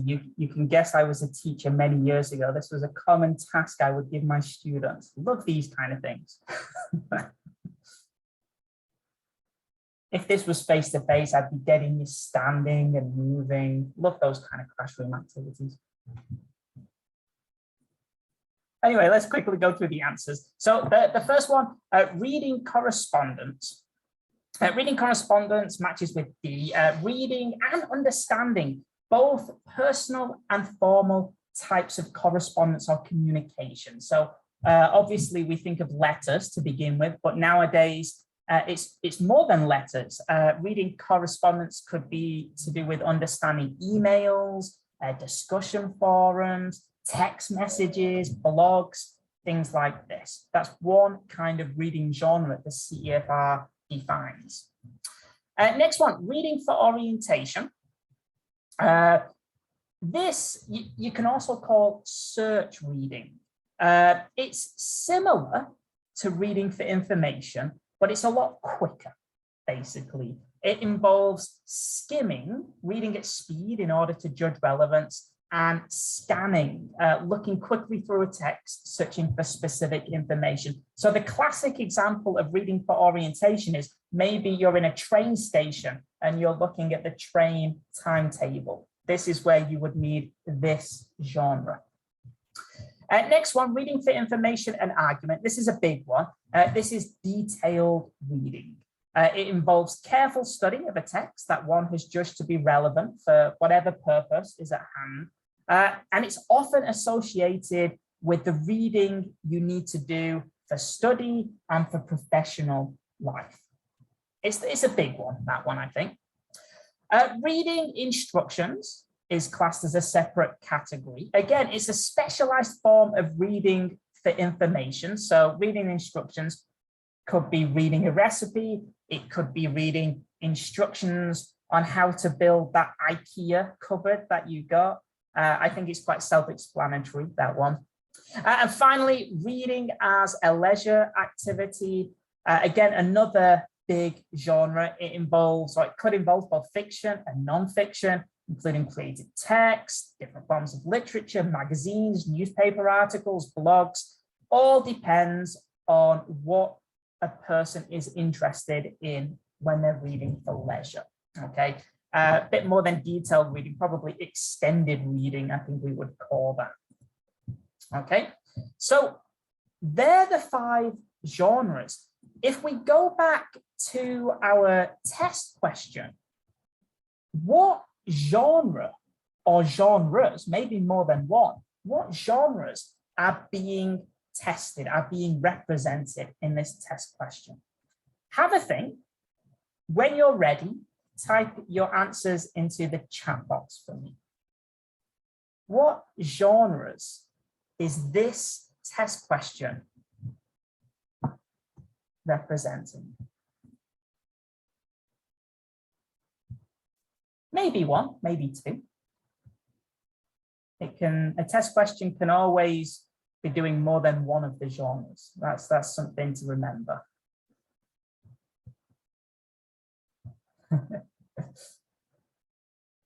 If you can, yeah, it's difficult if you cannot see it here, but from my description, there's 2 texts there, and there's actually 2 genres that's being tested. The first one, sentences below, are from a report, like a report you would see at work. So this would be classed as reading for information and argument.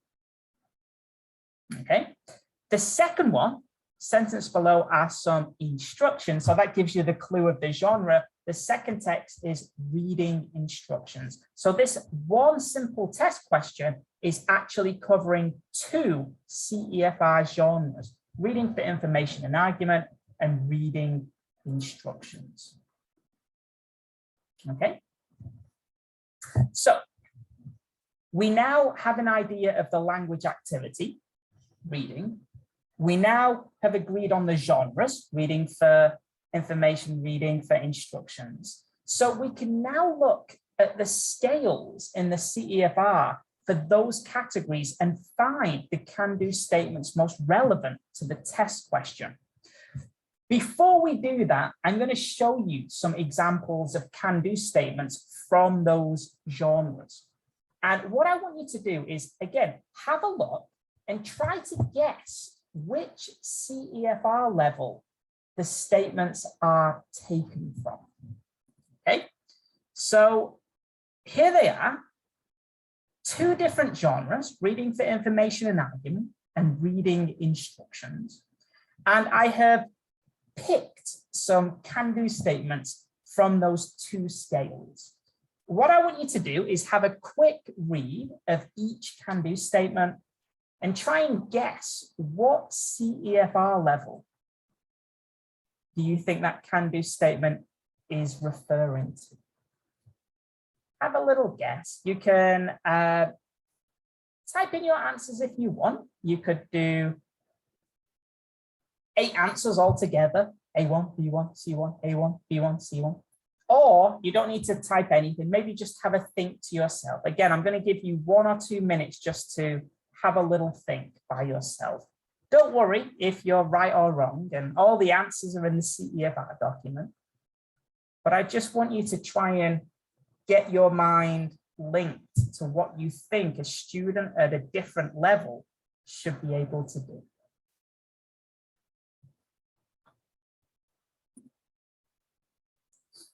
We'll go over the answers in maybe 1 minute or so.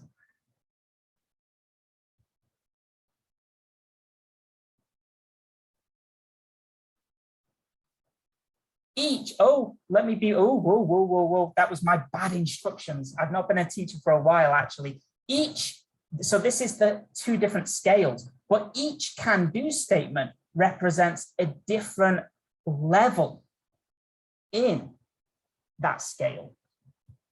So yeah, each can-do statement, one might be A1, one might be B1, one might be C2. They're different levels, but all from the same scale. Scale 1, reading for information and argument. Scale 2, reading instructions. A few of you are getting this though. I think if you can guess into the three broad areas, so if you, instead of thinking A1, A2, if you just think A, B, C, if you can kind of guess which can-do statement goes into A, B, or C, that's a good start. If you're not so familiar with the CEFR, broaden your guesses. That's okay to do, I think. I'll go through the answers quite quickly here. This kind of task, by the way, this is a familiarization task. This kind of task is for people who have never used the CEFR, and it's a little game, it's a little activity of how you can become a little bit more familiar with it. So for that first one, yeah, can understand the finer points and implications of a complex report. Very, very difficult. Probably quite difficult for me to do. This is absolutely at the C2 band. Next one, can recognize when a text provides factual information and when it tries to convince readers of something. That's still quite high level, actually, to be able to distinguish between fact versus opinion is quite a high level reading skill, B2.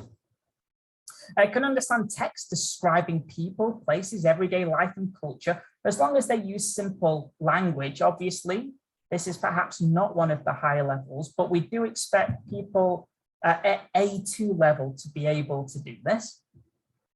And also can recognize significant points in straightforward news articles on familiar subjects. This would be regarded as a B1 level. So it's moving to news articles, which are perhaps a little bit more unfamiliar than describing people or places, which would be at the A2 level.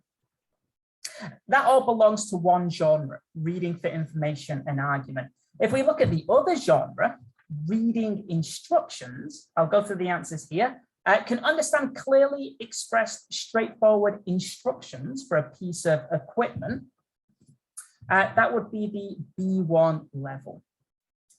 Clearly expressed straightforward instructions for, like I said, piece of equipment, or maybe that cupboard from IKEA. Can understand lengthy, complex instructions, but in your own field, in your own area, whatever you're studying, that would be B2 level. Perhaps it's different if it's not your field, that would be a higher level, but if it's within your study field or your professional field, that would be B2. Can follow short, simple directions. For example, if you're describing how to go from one place to the other, quite a low level thing, that would be A1. We hope A1 students would be able to do this. And can understand simple brief instructions, provided they are illustrated, there's diagrams to go with it. That would be at the A2. B1, perhaps diagrams are not needed, but at A2, diagrams are still very, very important to help with the understanding. Okay, so they're just some examples of can-do statements at different levels for the two genres that our test question is linked to. So here they are. You're probably not going to be able to see this, but remember, you can find these scales in the CEFR document. Okay, if you go to pages 57 and 58 in the CEFR PDF document, you will be able to find these two scales.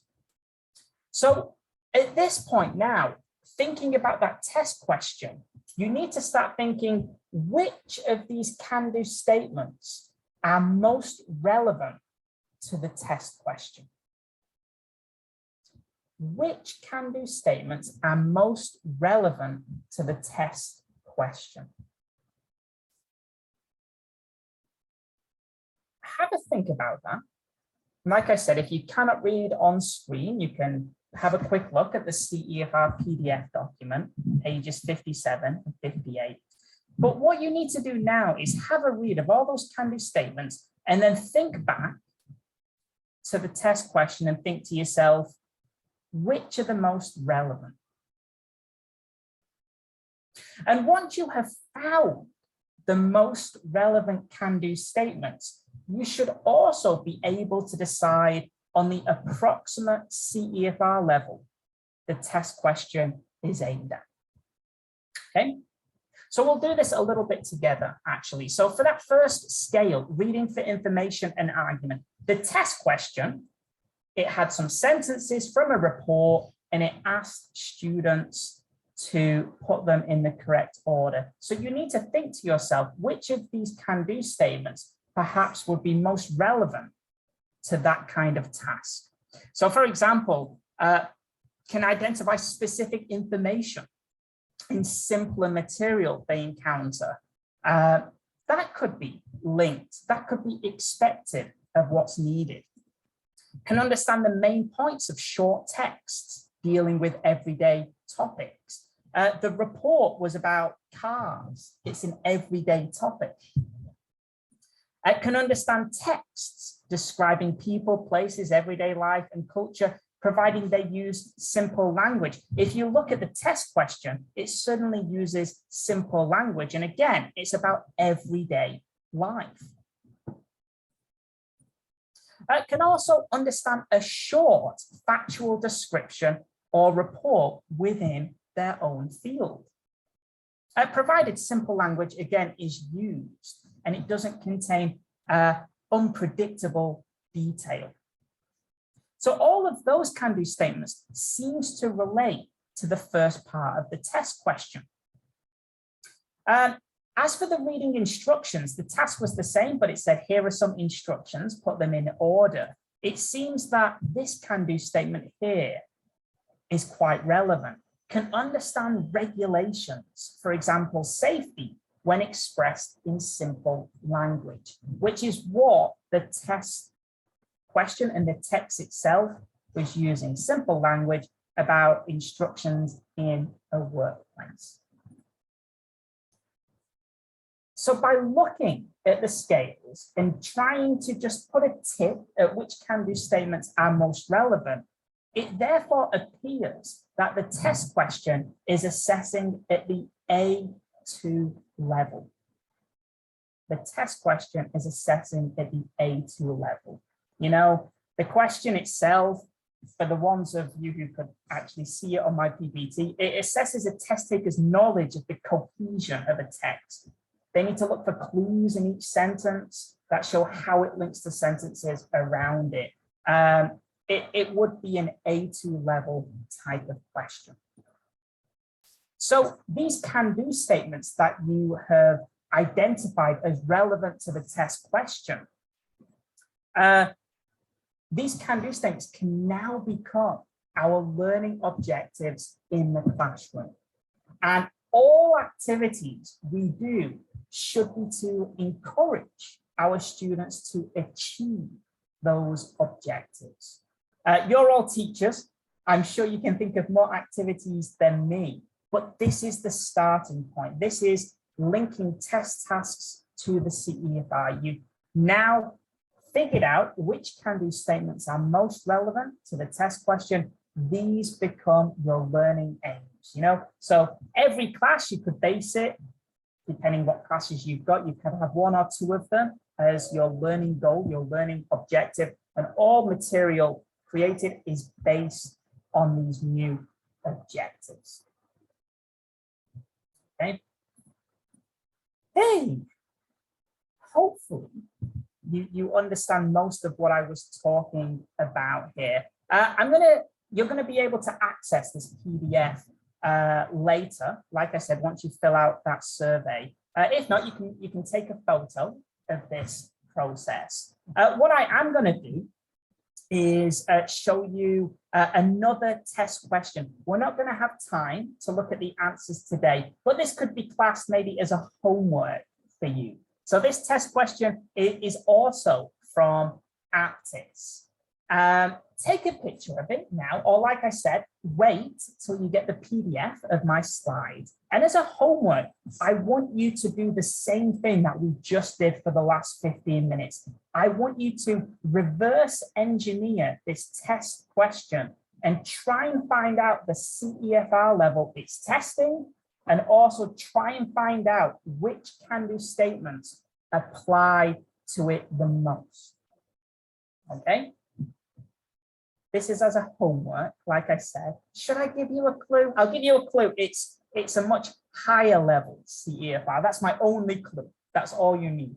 But like I said, using the process that we looked at before as a homework, reverse engineer this test question, tell me what the CEFR level is, and tell me which can-do statements from the scales you look at in the document are most related to this test question.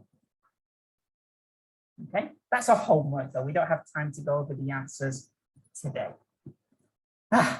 So today, we quickly, it's only a short presentation, but we quickly use CEFR narrow scales to reverse engineer a reading test question to find out the CEFR level it's testing, as well as the can-do statements that apply to it. You could also use CEFR narrow scales that are related to reception strategies. So for example, you can choose can-do statements from the appropriate level that you've just worked out from the identifying cues and inferring scales. There are scales related to this. There's loads of different scales you can use. Also, another thing that you can do, you can measure the language level of a text, because the text needs to be at the right level of difficulty for the student. So there's other things you can do with these test questions. Anyway, I hope all of you can spend some time after this training session to think about the test questions in the test you prepare your students for, and then create learning objectives that you can use for your teaching material in the classroom. We've got a few minutes left before we go to Q&A. It's not going to be too long, but there are a couple of things that I do want to show you. Again, it's on your PDF, or you can take photos now, but these are some online resources which are really, really useful, I think, for you. First of all, we have the official CEFR webpage. This is where you can download the document. It's where my QR code was linked to, but it also gives you some background information about what the CEFR is and why it was created. I'd also like to share this website, which provides an inventory of minimum language points, A1 to C1, to help teachers apply the CEFR to their daily work. One of the criticisms of the CEFR is it's based on very communicative approaches, and there's not many scales that are linked directly to linguistic competencies. So points about vocab or grammar. If you go on this website, it will give you a lot of those linguistic elements and different language elements that are linked to different levels. So the example we looked at, A2, we know that that's what the test item was focused on. You go on this document, you can then find language that students could actually use when doing that test item. I'd also highly recommend the English Profile website. English Profile helps teachers understand what the CEFR means for English. It describes what aspects of English are typically learned at each CEFR level. The cool thing about this, if you have some vocabulary and you want to check the CEFR level of that vocabulary item, you can go on this web page, click on English vocabulary profile, and it will tell you what level it is. Similarly, you can also check the level of a grammatical structure using the English grammar profile on this website. And finally, I'm going to do this very quickly. Another website that you should all definitely use is something called Text Inspector. It's a piece of software. It's free if you don't use it too much, basically, and it will tell you how complex your reading text is. Because, you know, you look at a test item, that has to be aimed at a certain CEFR level, but also the text that you use should be aimed at the correct CEFR level. This software will help you guide on this. And if your text is too easy, it will give you clues on how to make it a bit more difficult. Or if your text is C2 level and you need it for B2 level, again, it will give you a few hints on how you can do this. Okay? Oh, that's basically it here. A lot to cover today here. We have a couple of minutes left for questions, I do believe. Not too long, but if you do have any questions, I think you have sent some over. So I'll have a quick look now.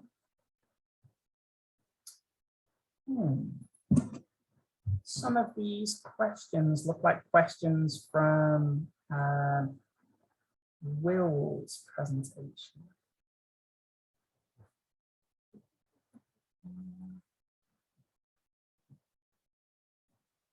Let me just have a quick look here.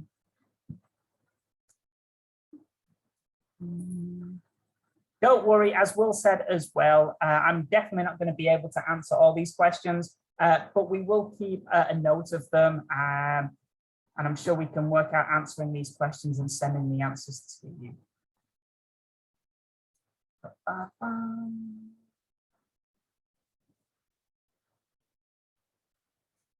Oh, I can set some questions, that's good.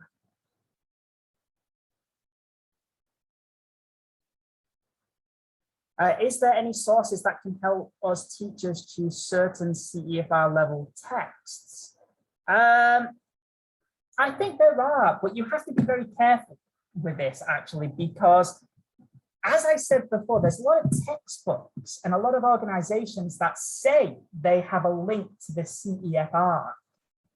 But if you don't know much about that organization, how can you trust there is a link between the CEFR? So if an organization says this text is B2, how can you trust them? What kind of science have they done to work that out? So my recommendation is two things. Number one, trust the big publishing houses. So things like Oxford, Cambridge, Penguin. A lot of these organizations, they have what we call graded readers, and it will tell you exactly what CEFR level they are. And if you go with a trusted organization, like I said, Oxford, Cambridge, Penguin, you can't go wrong. Second, if you are a little bit unsure, the websites that I showed you just now, that's what you use them for. So if you've got a text and you're not sure what CEFR level it is, you go to that website I just showed you, you put the text in, bang, it will tell you what CEFR level it is. Trust me, this software, those websites, we only talked a little bit about them. They're really, really, really useful. And you can have a lot of fun, actually. I remember I had to create or find a text aimed at B2. And I found a text, but the text was C2 according to the website that I showed you before. So I had to try and change different parts, use simpler vocabulary or simple grammatical structures to try and get the text down to B2 level. So it's a lot of fun, actually. You can have a little play with it. Okay. I'm going to stop sharing my slide now. Is there another slide that I should be showing before the end of this workshop, Flo?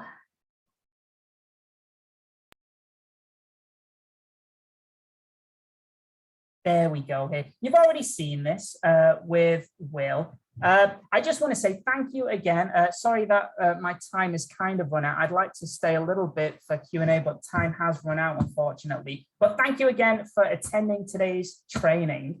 I hope you all now have a much stronger understanding of the CEFR and that you're more confident and capable in using it in the classroom.